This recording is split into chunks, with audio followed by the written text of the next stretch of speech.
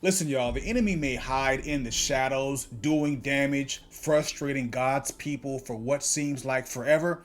But eventually, the time comes when we say enough is enough. We pull the mask off that rascal, and he scurries away like roaches when the lights come on. By God's grace, for some of you watching, today is that day. This is day 15 of 31 days sharing from my new devotional, Bending Bows of Bronze, Subdue the Enemy Under Your Feet.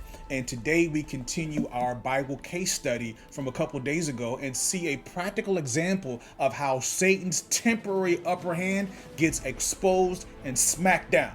Abner, Saul's right-hand man and the well-respected and highly influential strategist who propped up Saul's cowardly and incompetent son Ishbosheth as a figurehead king, has wielded illicit formation, manipulation, and puppeteering to, as 2 Samuel chapter 3 verse 6 says, strengthen his hold on the house of Saul, pulling the strings of not only Ishbosheth, but of 11 of 12 tribes of Israel. Only Judah was loyal to King David, and these two factions are at war. But Abner's in a bind because despite having David's lone tribe of Judah outgunned and outmanned 11-1, David and Joab are getting stronger and stronger, and Abner's getting weaker. When the normally docile and cowardly Ishbosheth drinks his courage juice and checks Abner for allegedly sleeping with Saul's concubine Rizpah, which would be an underhanded attempt at the throne,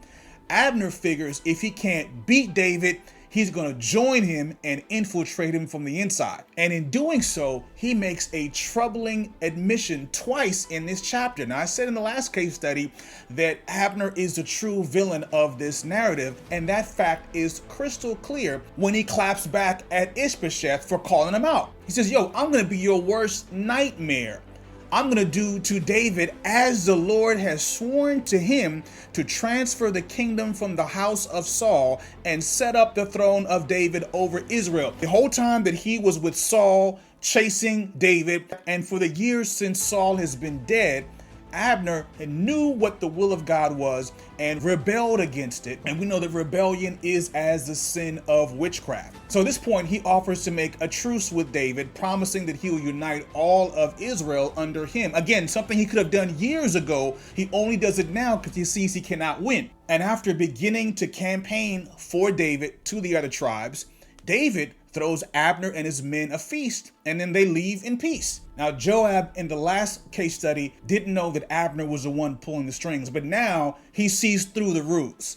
And so he tells David, Joe, what are you doing? How are you going to allow Abner to come up in here acting like he's your friend when you know what he's really about? And Joab secretly follows Abner and kills him. Now, just so we know, this is a problem, because I said in the last case study that we cannot be judgmental to anybody for what they do just because they sin differently from us. See, David didn't have to worry about Abner or anybody else because remember, he and Jonathan had made a covenant before God that none of David's enemies would be able to stand against him. So there was never a reason for Joab to take matters into his own hand. When we find out somebody's doing witchcraft or doing some other thing behind the scenes, get him out of the church. That is Satan's way. We always have to maneuver with God's weapons. And like David, you can have the confidence in God's promises. You never have to feel paranoid or powerless when manipulation or puppeteering show up against you. You can live at peace with all people where possible. That's Romans 12, verse 18, without surrendering discernment.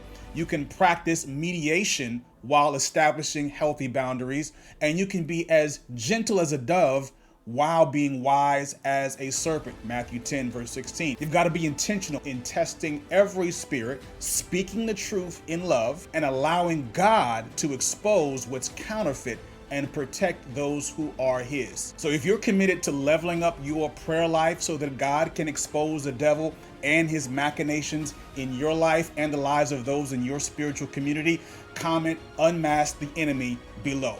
Make sure you got your copy of this 31-day journey, and tomorrow we'll discover how to recover from a devastating spiritual attack. See you then.